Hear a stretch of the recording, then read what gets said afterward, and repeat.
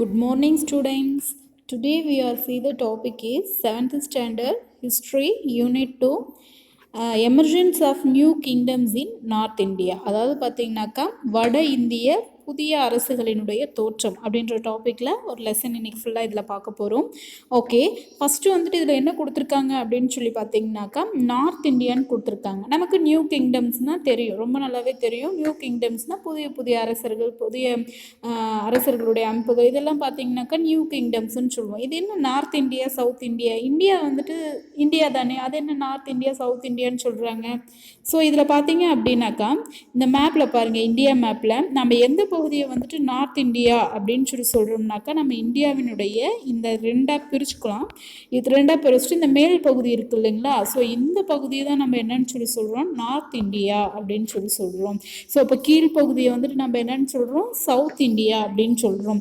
இன்றைக்கி நமக்கு இந்த லெசன் ஃபுல்லாகவே எதை பற்றி கொடுத்துருக்காங்க, மேலே இருக்கக்கூடிய நார்த் இந்தியாவை பற்றி தான் கொடுத்துருக்காங்க.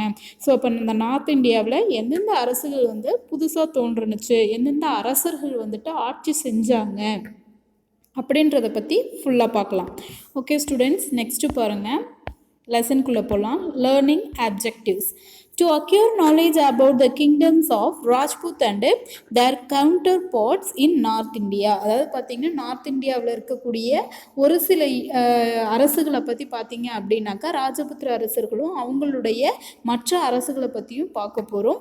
செகண்ட் ஒன் பார்த்தீங்கன்னா to assess the contributions of Rajput and Palas to Indian culture. அதாவது பார்த்திங்கன்னா நம்மளோட இந்தியன் கல்ச்சருக்கு இந்த ராஜபுத்திரர்களும் பாலர்களும் என்னென்ன பங்களிப்பு கொடுத்தாங்க, என்னென்ன கான்ட்ரிபியூஷன் செஞ்சாங்க அப்படின்றத பற்றி பார்க்க போகிறோம். அண்ட் தேர்ட் ஒன் பாருங்கள், to know about the early military expedition of Arabs and Turks. அதாவது பார்த்திங்கனாக்கா அராப்ஸ் அண்டு துர்க் இவங்க ரெண்டு பேருடைய ஸ்டார்டிங் பீரியடில், அதாவது இயர்லி டைமில் இருந்த மிலிட்ரி எக்ஸ்பெடிஷன், அதாவது பார்த்திங்கன்னா இராணுவ படையெடுப்புகளை பற்றியும் இந்த லெசன் ஃபுல்லாக பார்க்க போகிறோம். ஓகே ஸ்டூடெண்ட்ஸ், நெக்ஸ்ட்டு பாருங்கள், இன்ட்ரடக்ஷனுக்குள்ளே போகலாம். First line, there are plenty of stories that speak of the valor and chivalry of Rajputs. அதாவது பார்த்தீங்கன்னாக்கா நம்மளுடைய ராஜபுத்திரர்களுடைய அவங்களுடைய வேலர் அண்ட் தென் அந்த சிவல்ரி அதை பற்றி வந்து பார்த்தீங்க அப்படின்னாக்கா நிறைய ஸ்டோரிஸ் இருக்குது. அதாவது அவங்களுடைய வீரத்தை பற்றியும் அவங்களுடைய அஞ்சாமல் நின்ன அவங்களுடைய நேர்மை வீரத்தை பற்றியும் பார்த்தீங்கன்னாக்கா நிறைய ஸ்டோரிஸ் இருக்குது. Rajput states formed a collective entity that was called Rajputana. So அப்போ அந்த ராஜபுத்னா அப்படின்றது பார்த்தீங்கன்னாக்கா இந்த ராஜபுத் கிங்டம்ஸோட ஒரு கூட்டமைப்பால் ஆன ஒரு பிளேஸு அப்படின்னு சொல்கிறாங்க.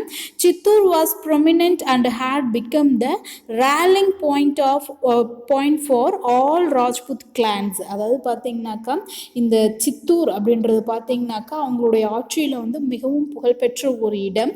அந்த இடம் பார்த்தீங்க அப்படின்னாக்கா இந்த ராஜபுத்திரர்களுடைய இனக்குழுவினருடைய ஒரு மையமாக விளங்குது அப்படின்னு சொல்றாங்க. It was small compared to Malwa and Gujarat. So இது வந்து மால்வா பகுதியை விடவும் குஜராத் பகுதியை விடவும் ரொம்ப சின்ன பிளேஸ் தான் இந்த Chittor. Yet the Rajput ruled over these states. So அப்போ பார்த்தீங்கன்னாக்கா இந்த 3 ஸ்டேட்ஸையும் யாருக்கு வந்து ரூல் பண்ணிட்டு இருந்தாங்க, Rajput. In commemoration of the victory of Rana of Chittor over Malwa, the ஜெயஸ்தம்பா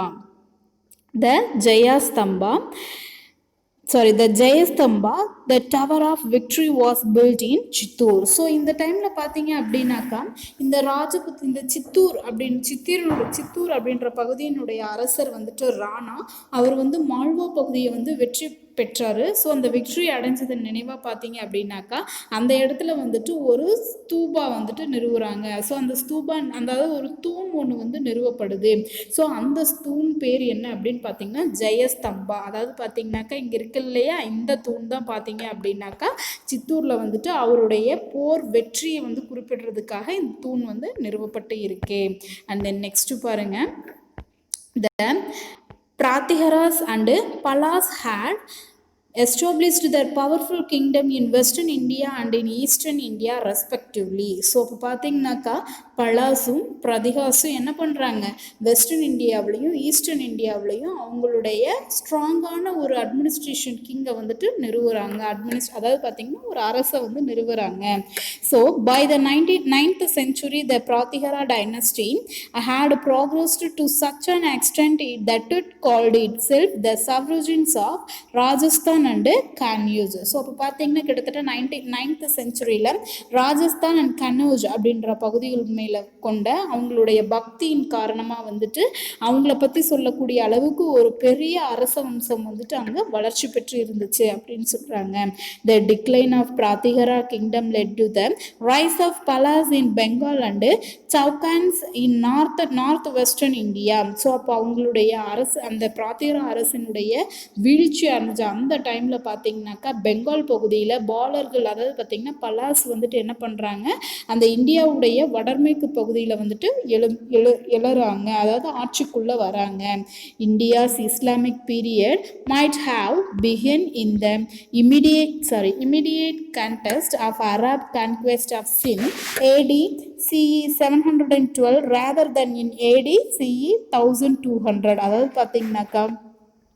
அதாவது பார்த்தீங்கன்னா இந்த ஏடி 712 அது அந்த டைமில் பார்த்தீங்க அப்படின்னாக்கா சிந்து பகுதியை வந்துட்டு அரேப் என்ன பண்ணுறாங்க, கேப்சர் பண்ணாங்க. ஸோ இந்தியாவில் பார்த்தீங்கன்னாக்கா இஸ்லாமிக் காலகட்டம் வந்துட்டு அந்த டைமில் தான் தொடங்கி இருக்கக்கூடும் அப்படின்ற ஒரு கணிப்பில் வந்துட்டு வரலாற்று அறிஞர்கள் சொல்கிறாங்க. But the resistance shown by the kings of Kannauj, especially of Yasovarman AD 736 and later by the Rajput chiefs and kings who held Kannauj and most of northern India until the middle of the 10th century made it impossible. So அப்போ பார்த்தீங்கன்னாக்கா இந்த கன்னௌஜ் பகுதியை வந்து ஆண்ட அரசர்கள் கிங்கெல்லாம் பார்த்தீங்க அப்படின்னாக்கா குறிப்பாக அதில் பர்டிகுலராக யார் சொல்கிறாங்கன்னா யசோவர்மன் அப்படின்ற ஒரு மன்னனை சொல்கிறாங்க.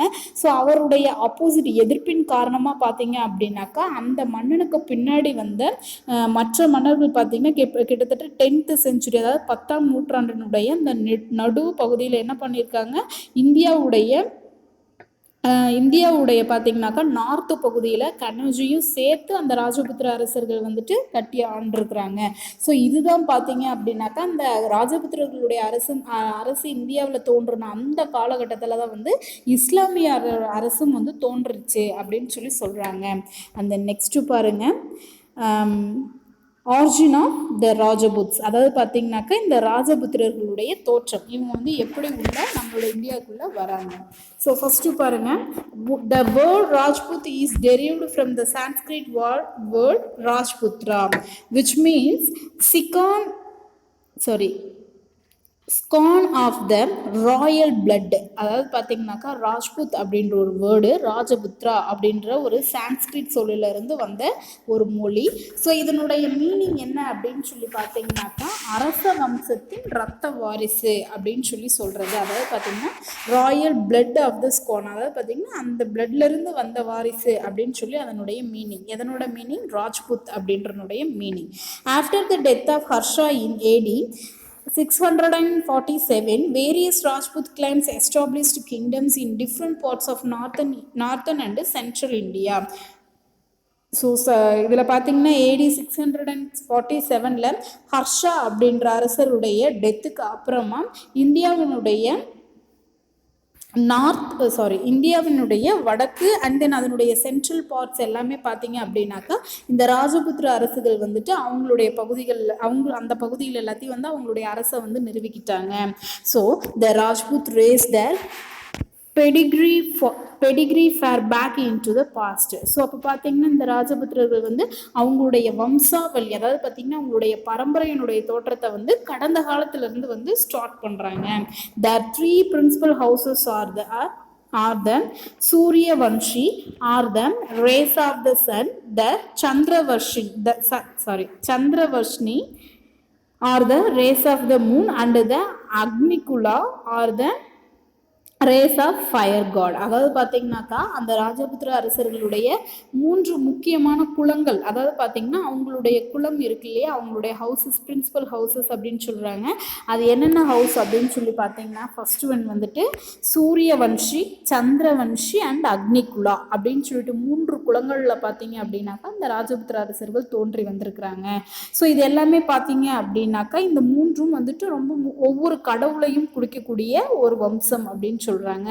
அப்போ சூரிய வம்சம்னா சூரியனை குறிக்கக்கூடியது, அண்ட் சந்திர வம்சம்னா நிலவை குறிக்கக்கூடியது, அண்ட் அக்னிகுலா அப்படின்னாக்கா கடவுள் யாரு, நெருப்பு கடவுளை வந்து குறிக்கக்கூடிய ஒரு குலமா இருக்கு. அண்ட் தென் நெக்ஸ்ட் பார்த்தீங்கன்னா among those who claimed descent from solar and lunar lines scandals of Bundelkhand were prominent. So அந்த டைமில் பார்த்தீங்க அப்படின்னாக்கா பந்தல்கண்ட் அப்படின்ற பகுதியில் இருக்கக்கூடிய இந்த ராஜபுத்திரர்களுடைய வழித்தோன்றல்கள் வந்துட்டு ரொம்பவும் இம்பார்ட்டண்டான மெம்பர்ஸ் அப்படின்னு சொல்கிறாங்க. And Tomaras were ruling in the Haryana region but they were overthrown by the Chanas in the 12th century. So அப்போ பார்த்தீங்கன்னாக்கா சவுகான்ஸ் இருக்காங்க இல்லையா, அவங்க வந்துட்டு பார்த்தீங்கன்னா ஹரியானா அண்ட் தென் டாமஸ் அப்படின்ற பகுதியில் வந்து ஆட்சி புரிஞ்சு வந்துட்டு இருந்த மன்னர்கள். ஸோ இந்த சவுகான்ஸால் பார்த்தீங்க அப்படின்னாக்கா இந்த சவுகான்ஸால் பார்த்தீங்க அப்படின்னா கிட்டத்தட்ட 12th செஞ்சுரியில் வந்துட்டு அவங்க விக்ட்ரி அடைகிறாங்க. அண்ட் தென் நெக்ஸ்ட் பார்த்தீங்கன்னா 36 royal Rajput clans were listed by the oriental scholar James Tod in AD 1829. So இந்த ஜேம்ஸ் டாட் அப்படின்ற ஒருத்தர் வந்து என்ன சொல்கிறாரு, அவங்க முக்கியமான ராஜபுத்திர அரசர்களாக 36 ராஜபுத்திர அரச குலங்களை வந்துட்டு அவர் பட்டியலிட்டு சொல்லியிருக்கிறாரு. So among the 4 claimed a special status. So அந்த 36 மெம்பர்ஸில் பார்த்தீங்கன்னா 4 மெம்பர்ஸ் பார்த்தீங்க அப்படின்னாக்கா 4 குலங்கள் வந்து ரொம்பவும் ஸ்பெஷலான ஸ்டேட்டஸ் வச்சுருக்கவங்க அப்படின்றாங்க. அவங்க யார் யார் அப்படின்னு சொல்லி பார்த்தீங்கன்னா the Pratiharas, the Chauhans, the Chalukyas as Solankis. So இவங்க and the Paramaras of Pawars. So இவங்க எல்லாமே பார்த்தீங்க அப்படின்னாக்கா ரொம்பவும் முக்கியமான இடத்துல இருக்கக்கூடிய மெம்பர்ஸ் அப்படின்னு சொல்கிறாங்க. இவங்களுடைய குலங்கள் வந்து மிகவும் முக்கியமான ஒரு குலம் அப்படின்னு சொல்கிறாங்க. And then all the 4 clans were of the Agnikula origin. So இதில் பார்த்தீங்கன்னாக்கா இந்த 4 குல மரபினரும் இருக்காங்களே, இவங்க எல்லாருமே அக்னிகுலா அப்படின்ற ஒரு குலத்திலிருந்து தோன்றியவர்கள் அப்படின்னு சொல்கிறாங்க. அண்ட் தென் அதுக்கு முன்னாடி இங்கே மேலே பாருங்கள் ஒரு இந்தியா மேப் கொடுத்துருக்காங்க. ஸ்டூடெண்ட்ஸ் நீங்கள் என்ன பண்ணுறீங்க அப்படின்னாக்கா உங்கள்கிட்ட வந்து இந்தியா மேப் இருக்கு இல்லையா, அதில் வந்துட்டு ஒரு எம்டி இந்தியா மேப்பை எடுத்து அவுட்லைன் ஆர் ரிவர் நீங்கள் எது வேணாலும் வாங்கிக்கலாம். அதை வாங்கி பார்த்தீங்க அப்படின்னாக்கா இங்கே பாருங்கள் நார்த் இந்தியா, சவுத் இந்தியா, நம்மளோட இந்தியாவில் கொடுத்துருக்கக்கூடிய அந்த பார்ட்ஸ் எல்லாத்தையும் நீங்கள் என்ன பண்ணுறீங்க உங்களுடைய மேப்பில் வந்துட்டு நீங்கள் மார்க் பண்ணணும். சரிங்களா?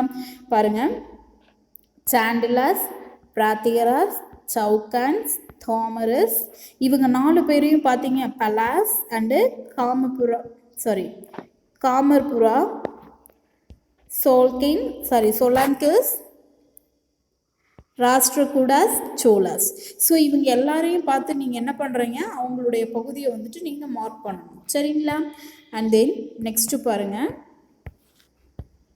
பிராத்திகராஸ். இப்போ நம்ம யாரை பற்றி பார்க்க போகிறோம், பிராத்திகராஸ் பற்றி பார்க்க போகிறோம். ஓகே, ஃபஸ்ட்டு பாருங்கள், the Pratikaras are Gurjara Pratiharas, one of the 4 prominent claims of the Rajput rules from Gujarat Ram in Jodhpur. அதாவது பார்த்தீங்கன்னாக்கா 4 இம்பார்ட்டன்ட் குலத்திலிருந்து பிறந்த அந்த ராஜபுத்திரர்களில் ஒரு பிரிவினரை சேர்ந்தவங்க தான் பார்த்தீங்கன்னாக்கா இந்த பிராத்திகராஸ் அப்படின்றவங்க. இவங்கள வந்துட்டு பார்த்தீங்கன்னா கூர்ஜர பிராத்திகராஸ் அப்படின்னு சொல்லுவாங்க. ஸோ இவங்களுடைய ஆட்சி பார்த்தீங்க அப்படின்னாக்கா ஜோத்பூரில் இருக்குது. அந்த ஜோத்பூர் எங்கே இருக்குது அப்படின்னு சொல்லி பார்த்தீங்கன்னா கூர்ஜரத்தா அப்படின்ற ஒரு இடத்துல வந்து ஜோத்பூர் இருக்குது. இந்த நெக்ஸ்ட்டு பார்த்தீங்கன்னாக்கா இந்த 6th century AD Harichandra laid the foundation of the Gurjara dynasty.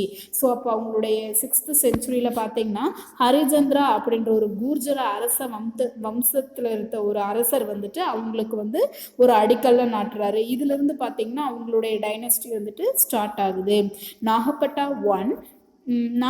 One was the first and prominent ruler of Pratihara. So அப்போ அந்த பிராத்திகர வம்சத்திலே வந்துட்டு முதல் ஆட்சியாளர், முதல் அரசர் அப்படின்னு சொல்லி யாரை சொல்கிறாங்க, முக்கியமான அரசர்னு சொல்லி முதலாம் நாகப்பட்டர் அப்படின்ற ஒருத்தரை சொல்கிறாங்க.